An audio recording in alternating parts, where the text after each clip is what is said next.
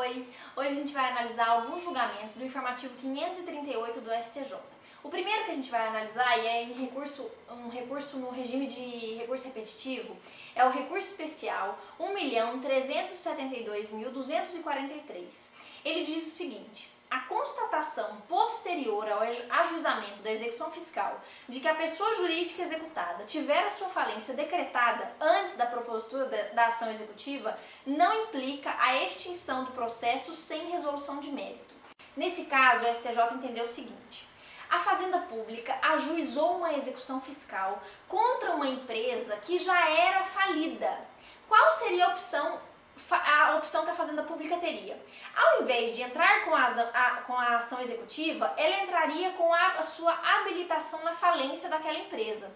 Mas ela não fez esse caminho. Talvez sem saber que aquela empresa já era uma massa falida, a Fazenda Pública ajuizou a execução fiscal cobrando determinado crédito. O que aconteceu? No decorrer do processo, veio à tona essa informação de que essa empresa já tinha sido decretada a sua falência. A Fazenda Pública, então, pleiteou a continuidade do processo, mesmo sendo ela uma massa falida. O STJ concordou com essa intenção da Fazenda Pública no sentido de que, dizendo que essa alteração de empresa, de pessoa jurídica para uma massa falida seria uma mera irregularidade da Fazenda Pública em não notar que houve essa alteração e que poderia ela, então, ter se habilitado na falência. Traduzindo em outras palavras, o STJ disse: não houve lesão à nossa súmula 392, que diz o seguinte: a Fazenda Pública pode substituir a CDA até a prolação de sentença dos embargos quando se tratar de correção de erro material ou formal, vedada a modificação do sujeito passivo da execução. O STJ disse que, nesse caso, seria possível a Fazenda Pública alterar a CDA, adequando aquela pessoa jurídica tal para massa falida tal, porque, em obediência à súmula 392 do STJ, a gente estaria corrigindo um erro material ou formal. A gente não estaria substituindo aqui, na verdade, o sujeito passivo da execução fiscal. Isso se trataria de uma mera irregularidade. Em outras palavras ainda, o STJ disse que estaríamos a corrigir essa informação relativa à condição do sujeito passivo, que agora estaria em estado falimentar e não mais no seu estado normal como pessoa jurídica.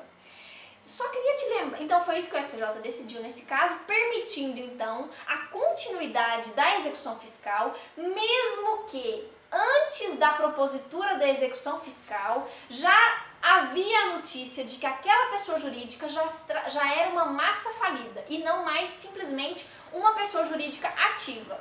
Porque aqui, como disse o STJ, foi uma mera irregularidade essa propositura errônea da Fazenda Pública contra não a massa, mas contra a pessoa jurídica.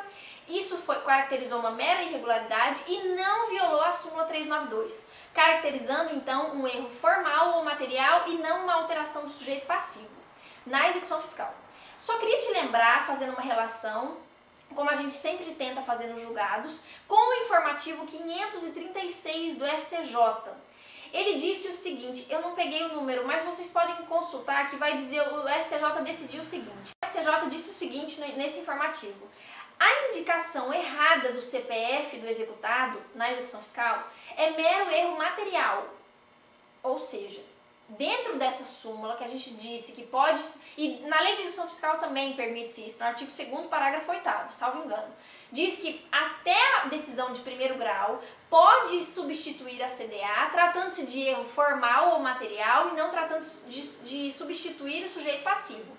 Então o STJ no 536, reforçando esse artigo, disse: se tratou de apenas um erro, de uma indicação errada do CPF do executado, essa correção não estaríamos alterando o sujeito passivo, a gente estaria de novo alterando uma mera irregularidade. No entanto, sendo o caso de pessoas homônimas que tiveram o mesmo nome e o CPF estava errado, aí sim a gente estaria substituindo o sujeito passivo. E nesse caso o STJ entendeu que não poderia se apenas alterar o CPF e continuar a execução fiscal. Teria que encerrar aquele processo e a Fazenda Pública caso ainda não tivesse prescrito o crédito, ela entraria com uma nova execução fiscal contra, então, a pessoa correta, não podendo, no caso de homônimos, então, alterar o CPF e continuar a execução fiscal. Só nesse caso, teria que encerrar essa execução fiscal e continuar uma nova, porque a gente alteraria o sujeito passivo. Esse é o primeiro caso, então. Vamos para o segundo.